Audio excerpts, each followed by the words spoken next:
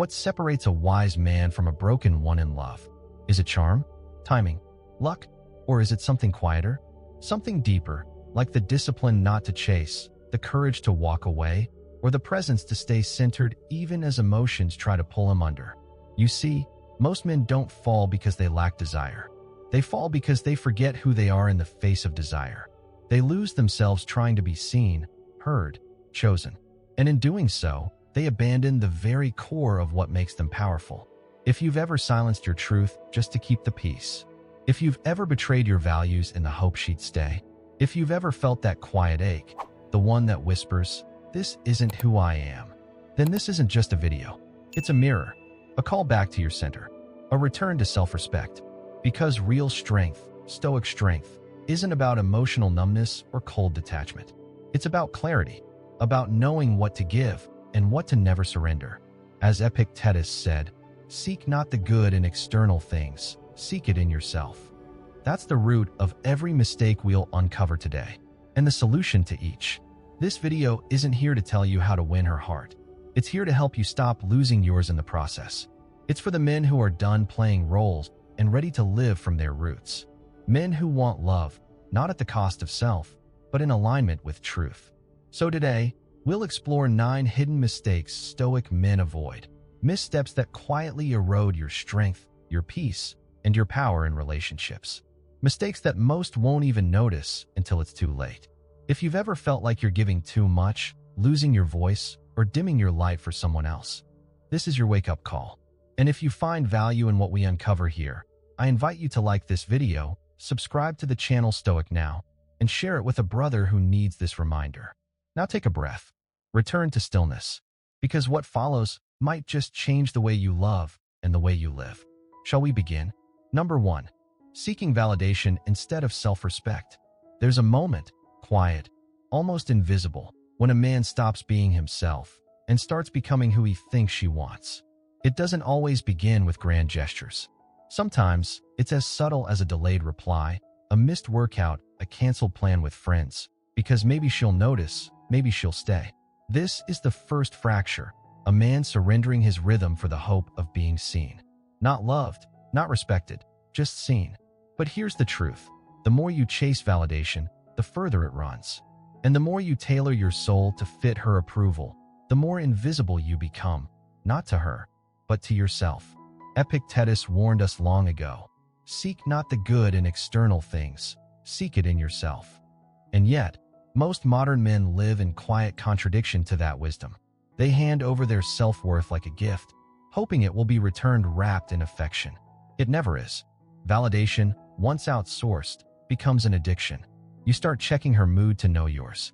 Her silence becomes your anxiety. Her praise, your oxygen. And before you know it, you're not in a relationship, you're in captivity. I once knew a man, smart, grounded, kind. Let's call him Nathan. He met a woman who lit up every room she walked into. She had that magnetism, that presence. And slowly, without realizing it, Nathan dimmed his own light just to keep hers burning. He stopped sharing his real thoughts. He laughed when she mocked things he cared about. He gave, and gave, and gave, until there was nothing left of him but agreement. By the time she left, she wasn't breaking up with him. She was walking away from the version of herself she no longer respected. Because here's the paradox. The more you seek validation, the less attractive you become.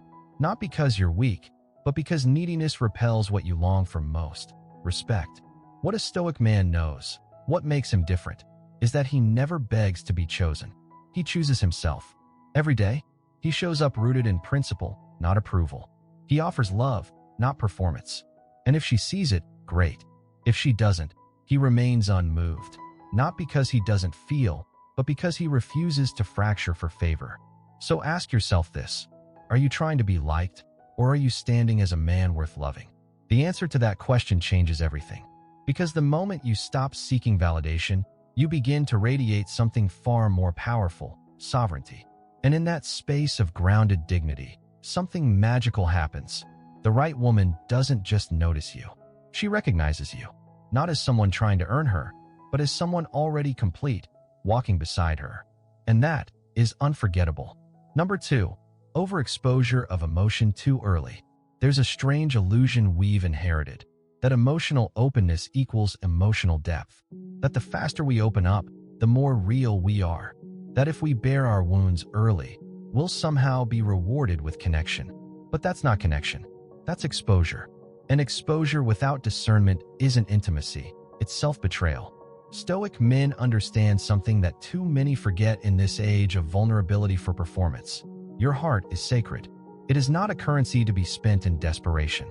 It is a temple, and not everyone deserves to walk inside just because they knocked once or said the right thing over wine. Seneca said, "He who is brave is free." But what kind of bravery does he speak of? Not the kind that spills tears on the first date, hoping to fast-track intimacy. No, he speaks of a different bravery, the kind that guards your inner world until trust proves itself worthy, the kind that paces revelation, not out of fear, but out of strength.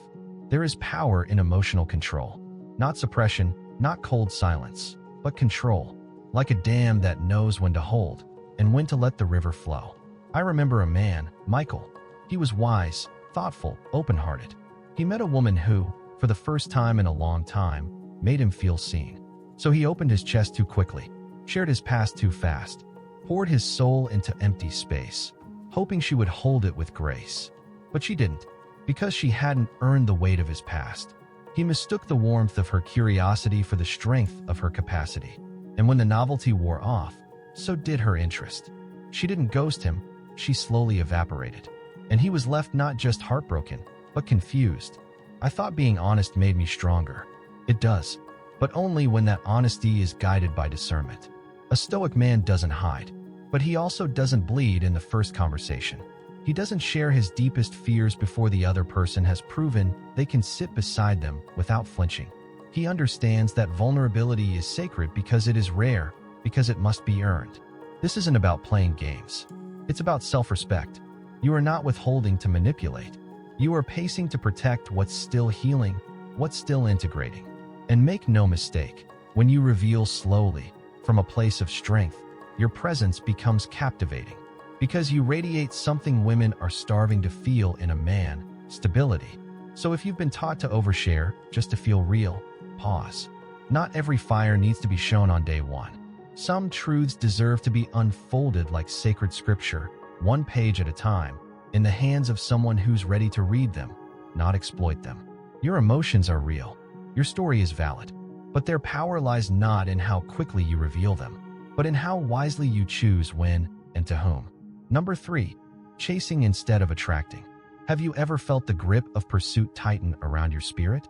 That restless urge to send another text, to plan another surprise, to say just one more thing, hoping it'll finally make her see you, want you, choose you? It feels noble, doesn't it? But it's not pursuit. It's self-abandonment in disguise. The chase is one of the most misunderstood behaviors in modern masculinity. We glamorize it. Songs are written about it. Movies celebrate it.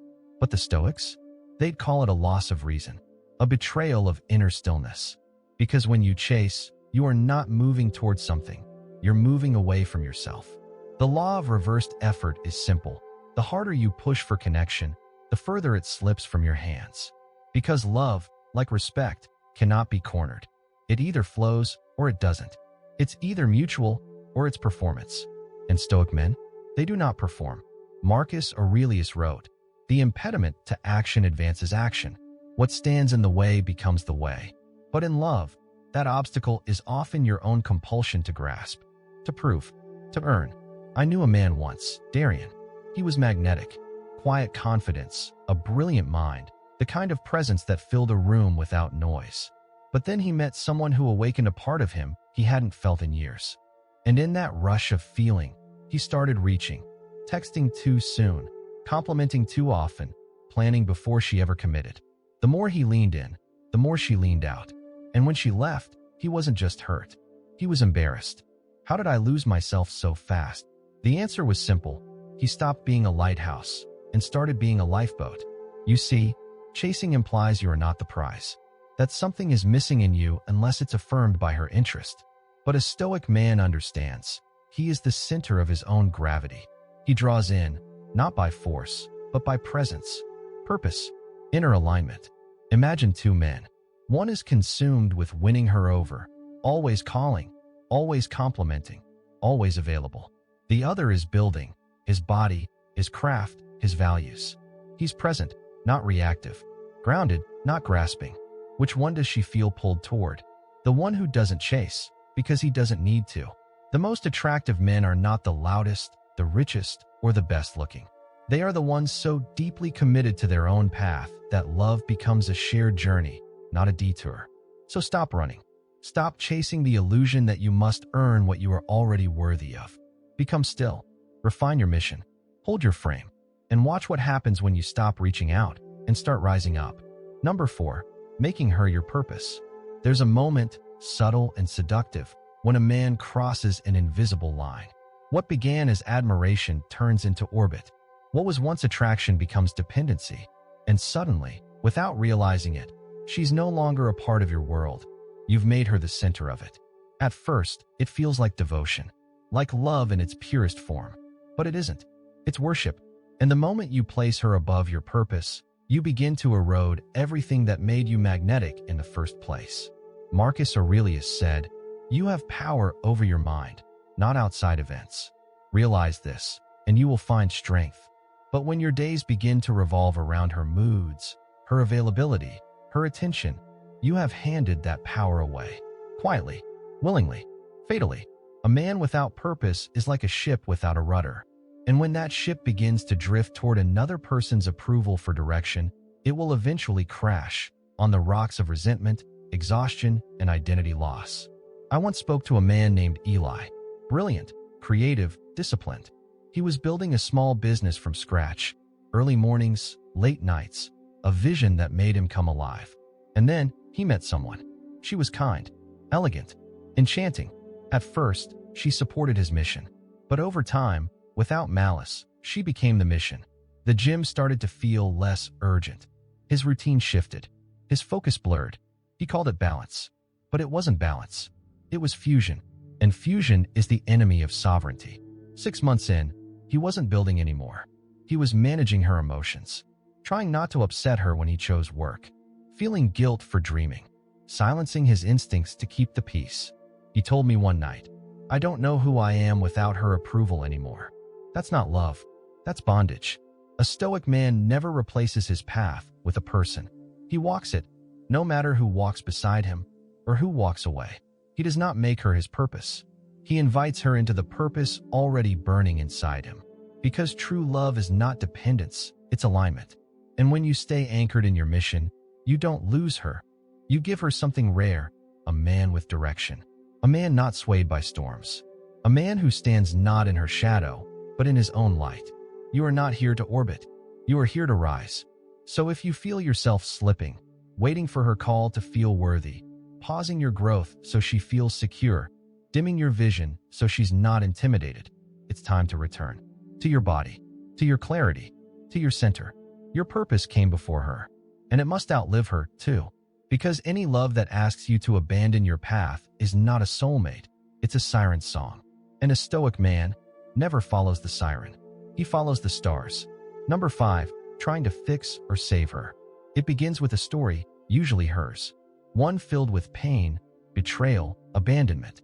She tells you how no one has ever truly loved her, how past men failed her, how life has chipped away at her sense of safety. And as she speaks, something stirs in you, a deep desire to protect, to fix, to be the man who finally does right by her. And so begins one of the most seductive traps a man can fall into, the belief that it's your responsibility to heal her. At first, it looks like compassion. You listen, you support, you show up with patience, softness, presence. But slowly, you begin carrying more than what's yours. Her emotions, her past, her healing journey. You take it all on like a silent mission, without realizing, this isn't love. This is martyrdom. Stoicism teaches that we are responsible for our own mind, our own choices. Epictetus said, "Don't explain your philosophy, embody it." But when you try to fix her, you are no longer embodying your strength. You're outsourcing it. You're bending yourself into someone else's therapist, savior, or emotional crutch. And here's the tragedy. It's unsustainable. Because healing is not something you can give someone. It's something they must choose, confront, and walk through alone. You can love them, support them, hold space, but you cannot carry them, not without losing pieces of yourself in the process. I remember a man, let's call him Aaron. He fell for a woman who had endured real trauma. She was beautiful, intelligent, and broken in ways she never tried to hide. Aaron made it his mission to be her peace.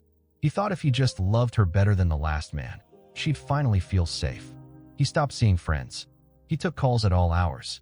He endured outbursts, guilt silences, emotional storms, all in the name of being there for her. But it never got better, because her healing was never his to complete. And eventually, Aaron wasn't just exhausted.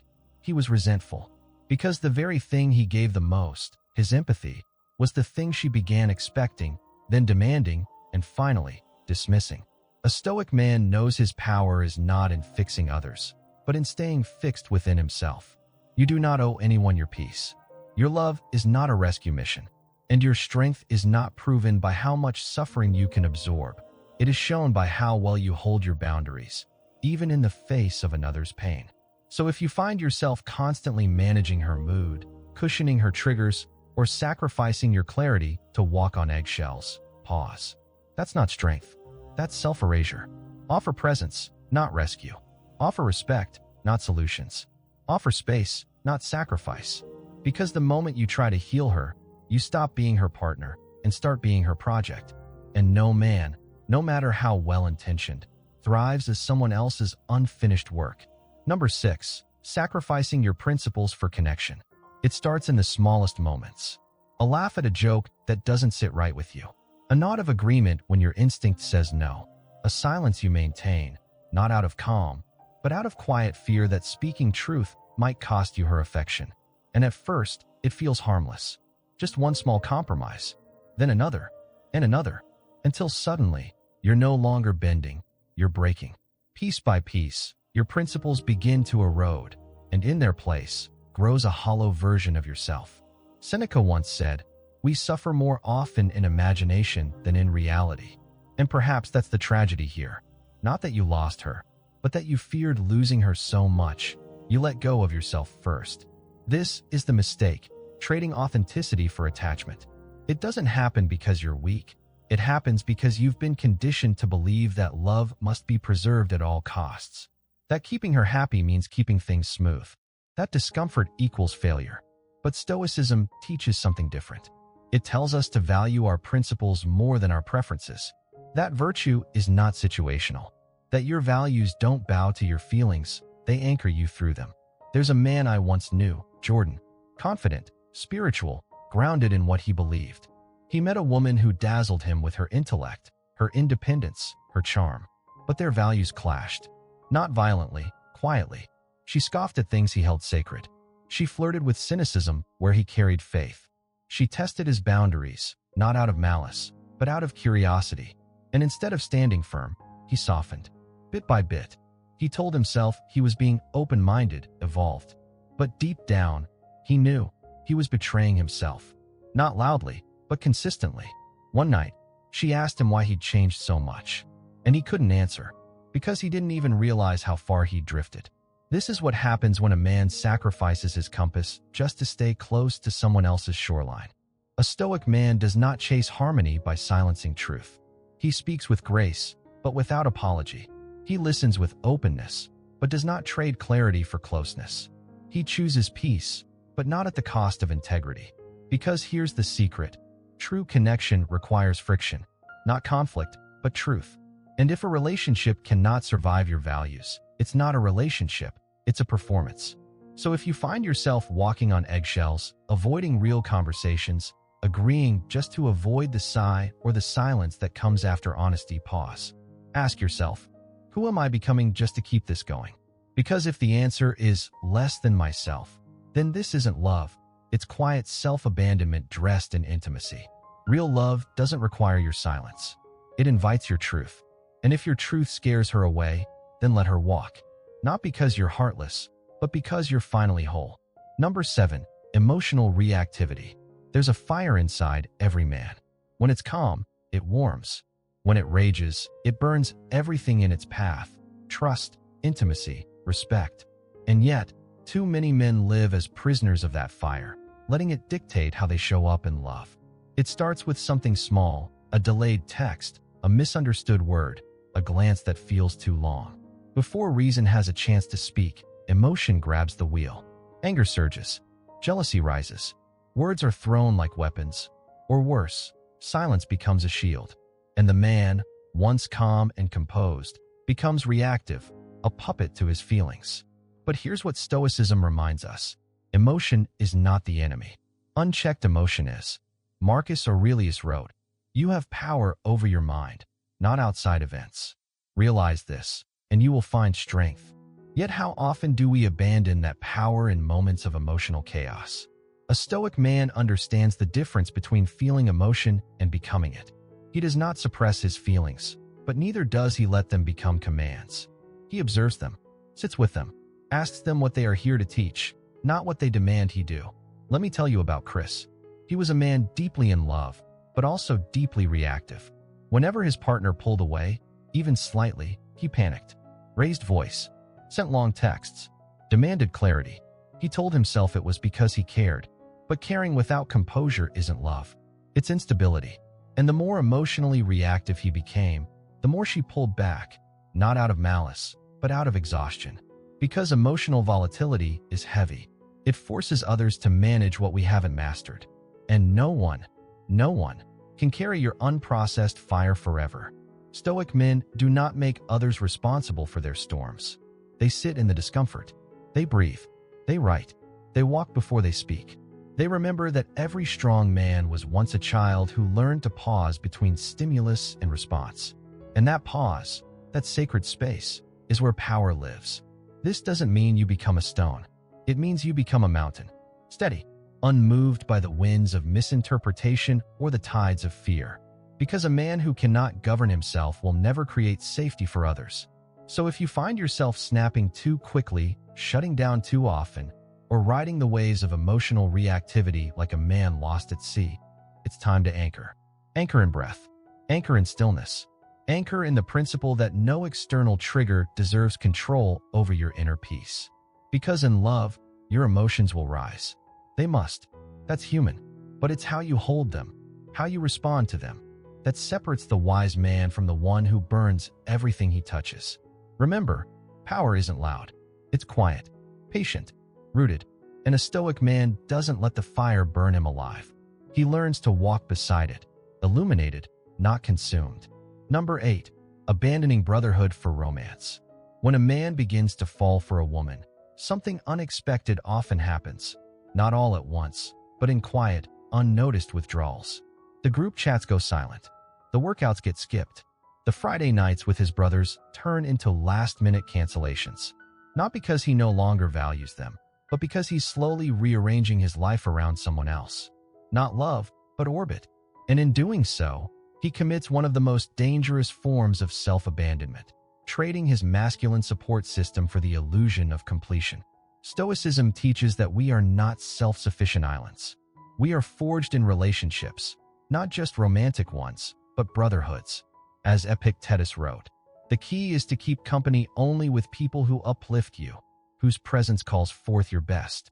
And that is the quiet tragedy. When men drift away from their circle, they often drift away from the mirrors that remind them of who they are. The grounding presence of male friends, the kind who call out your excuses, challenge your thinking, and hold you accountable, those are not optional. They are essential. There's a man I once knew, Isaac. In his circle, he was centered, clear, growing. But when he met a woman who lit up his world, that clarity began to blur. He stopped coming to jiu-jitsu. He stopped mentoring his younger cousin. He began filtering his schedule through her moods, her needs, her timeline. It wasn't obvious at first, but months in, his friends noticed the shift, not in his presence, but in his posture.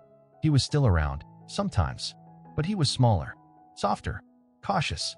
You see, when a man disconnects from brotherhood, he disconnects from pressure, the good kind, the kind that sharpens him, reminds him, grounds him. Romance cannot give you that, not consistently. A woman can inspire your growth, but she should not be its guardian. A Stoic man doesn't abandon his tribe when love calls. He remains in rhythm with them. Because he knows that to walk with men of virtue is to walk the path of expansion. He doesn't dissolve into his relationship, he expands with it, while still rooted in the iron of brotherhood. Iron sharpens iron. And no matter how deep the connection, no man should ever give up the fire that only male camaraderie can offer. The rough laughter, the quiet accountability, the unspoken language of shared strength. So if you find yourself fading from your friendships, sacrificing your solitude, losing touch with the men who knew you before she did, pause. Because what you're giving up might be the very foundation that made you the man she was drawn to in the first place. Reclaim it. Protect your time. Nurture your masculine bonds.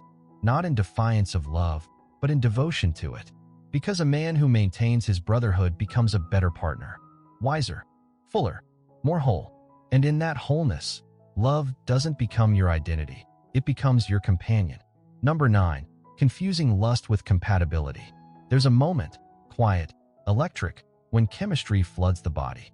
The heart races, the voice softens, the world seems to tilt in her direction. You convince yourself, this must be something rare, something real. But it's not always real. Sometimes it's just fire. And fire, without purpose, burns everything it touches. One of the most common and most dangerous mistakes men make is confusing lust for compatibility. That rush of attraction, that gravity pulling you toward her eyes, her voice, her skin, it's real, but it's not truth. It's sensation. And sensations fade. The Stoics teach us to separate what is in our control from what is not. Marcus Aurelius wrote, "If something is difficult for you to accomplish, do not conclude that it is impossible for any man, but rather, if it is humanly possible, resolve to attain it." Yet how many men, in the haze of desire, conclude that passion alone is proof of alignment? They skip the deeper questions. Do our values match? Do we challenge each other toward growth? Do we hold truth with equal reverence? Do our silences feel safe, not just our kisses?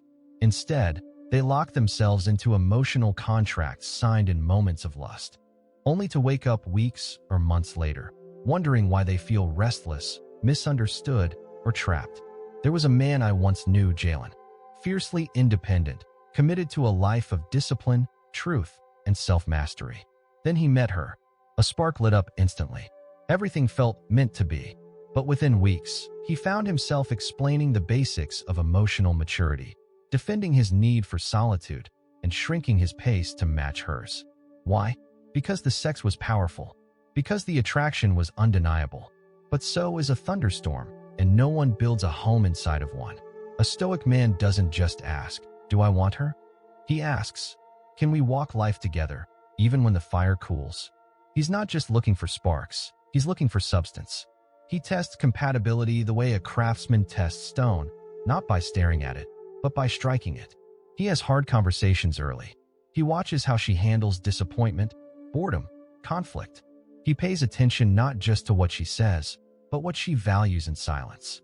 Because lust can be thrilling, but it doesn't raise children. It doesn't hold you through grief. It doesn't stay when life grows quiet and hard. Compatibility is built in the boring, in the daily, in the shared principles that no amount of desire can fake. So if you find yourself swept up in passion, slow down. Ask questions. Take space. Let the fire burn, but don't let it blind you. Because when the right woman arrives, you won't just feel the pull of attraction. You'll feel the quiet hum of alignment. You'll sense that her presence doesn't just excite your body, it steadies your soul. And in that steadiness, love becomes not a storm, but a sanctuary. So we've walked through the shadows. Not to shame, not to scold, but to reveal. To hold up a mirror to the quiet ways men lose themselves in love. And more importantly, how they find their way back. Maybe you saw yourself in one of these mistakes, or in all of them. If you did, don't look away. That's not weakness, that's awakening. Because this isn't a video about women. It's about you, your discipline, your clarity, your ability to hold fast to your truth even in the heat of longing. Too many men think stoicism means being cold, emotionless, detached. But that's not power. That's avoidance. True stoicism is rooted. It feels, but doesn't falter. It loves, but does not lose itself. It offers presence, not performance. You're not here to become invulnerable. You're here to become unshakable. There's a difference. Marcus Aurelius wrote, "Look well into thyself. There is a source of strength which will always spring up if thou wilt always look." And that's what this journey has been about, looking inward, reclaiming the strength that was never gone, just buried under fear, under fantasy, under forgetting who you are. Every mistake we covered today isn't a flaw. It's a lesson, a signpost, a reminder that the path of the Stoic man is not linear. It's a spiral, one where you fall, learn, rise, and return stronger each time. So ask yourself now, not with judgment, but with honesty. Where have I abandoned myself? What am I chasing that I should be cultivating within? Who have I tried to fix when I'm still learning to hold my own wounds? What principles have I softened just to feel loved? And perhaps most importantly, what would it look like to love from fullness, not from fear? If you felt something today, if one sentence, one example, one reflection struck a nerve or opened a door, don't let it disappear into the scroll. Pause, write about it, reflect on it, share it. And if this video felt like a voice you've been needing in your life, subscribe to Stoic now. Like this video, leave a comment, not just for me, but for the other men reading, trying, waking up. Your story might be the mirror someone else needed today. We're building something here, not just a channel, but a brotherhood of men committed to rising inward before they ever try to reach outward. So thank you for your time, your presence, your honesty. And remember, every mistake you've made was a step back to your center. Now walk from it, speak from it, love from it. And when the world tries to pull you away from it, return, always return.